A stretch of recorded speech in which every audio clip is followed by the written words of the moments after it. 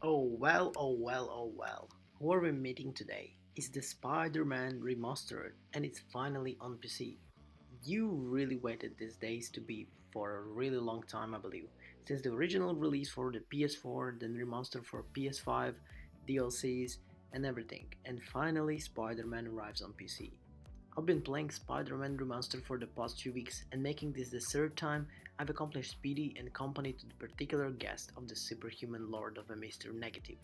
But before we dive deep into why Spider-Man on PC looks really phenomenal, I would like to ask you if you're not subscribed to our channel, do that. And let's begin the review. So from the pure beginning, I would like to mention what is Spider-Man? Well, I don't think I need to do that because everybody knows Spider-Man as the character, and I think most of you watching this video are interested in how it performs on PC. Shortly, from pure fidelity and performance perspective, Spider-Man Remastered is gorgeous on PC.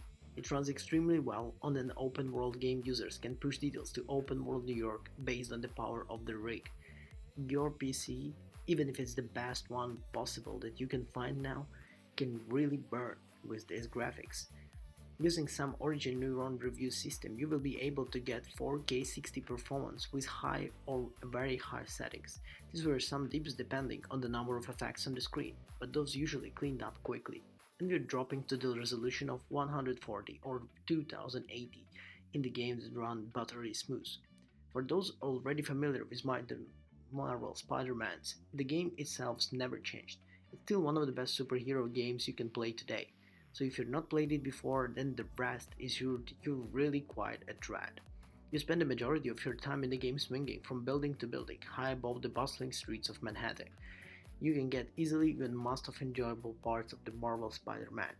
Traversal can also feel like a core in the open world games, hence the prevalence of the fast travel within the genre, but never found myself wanting to use it here as I cycling through the roof or hunting through the ground. What's more surprising is the rest of the mechanics in Marvel Spider-Man are almost not as just but as fun.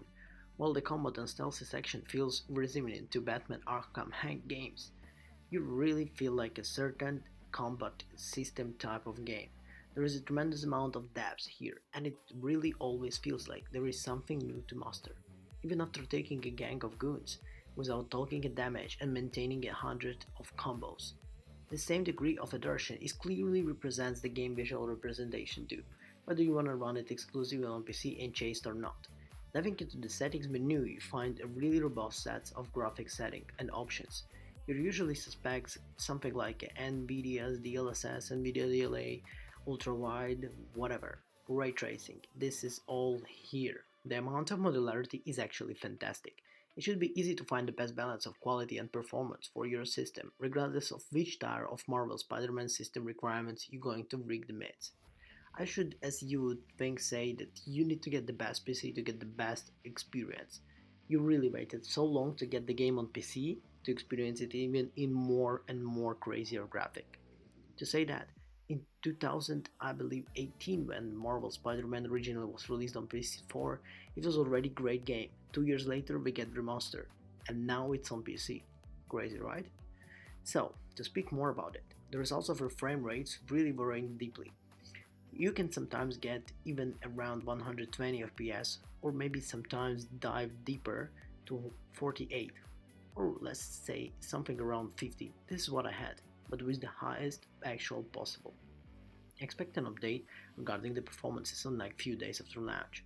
There is no question that Spider-Man on PC Remaster can look really well and run really well, but you remove all the lighters that were keeping the game optimization on console.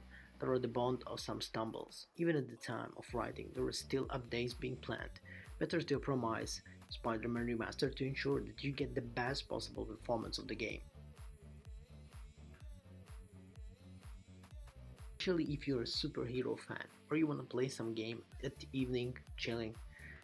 I don't know if you would expect maybe something like 9 even for this game. It's a 10 out of 10 experience. Really, Sony did great job performing this game on PC.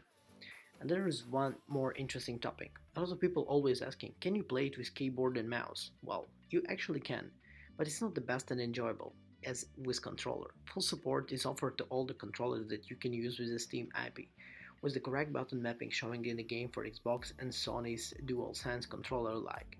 DualSense benefits from the work done on PS5 includes more accurate haptic and adaptive trigger support, but like all other games that utilize these features, only if you have the DualSense wired directly to your PC for them to work. Yes, still, this is a very nice gentle pressure to the triggers that is applied in a base of bonk. I would say that if you never played Spider-Man, this is your time and it will be super enjoyable. Thank you everyone for watching this video. Comment down below which another game you wanna see maybe from Sony on PC and which video you wanna see us to review. See ya.